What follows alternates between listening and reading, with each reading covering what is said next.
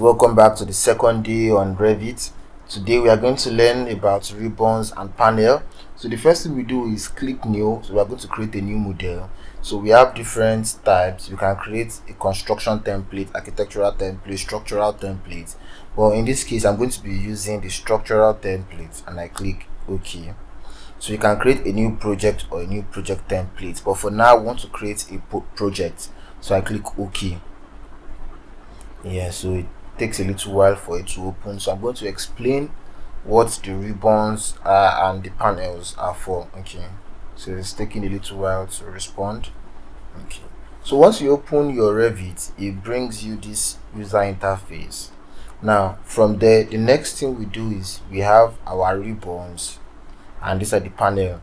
So we can see architecture now. So once we select architecture, it brings things related to architectural drawings, like we have the walls, doors, windows. Same as bringing this clicking structure, it brings you the beam, wall, column, and this. Then under some of them, for example, you have wall, you can click this, you have structural wall, architectural wall sweep, wall review.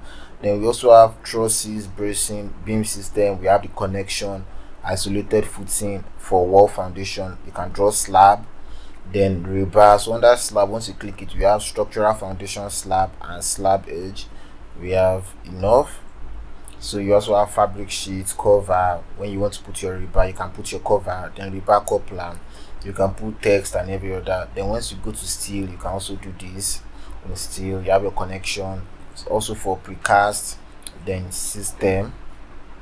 So system will be for mechanical and electrical people, MEP. So you can insert, you can learn to insert, you can learn to import PDF, whichever one you want. And in this lesson, we are going to learn how to export from Revit to eTabs, and from eTabs back to Revit. We are going to learn that.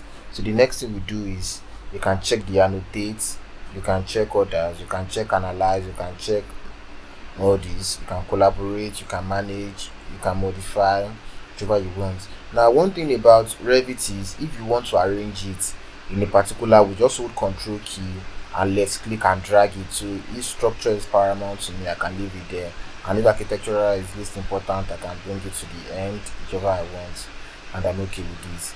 So thank you for watching today's video. In the next video, we are going to be talking about properties, and we're going to be talking about this project browser. Thank you very much.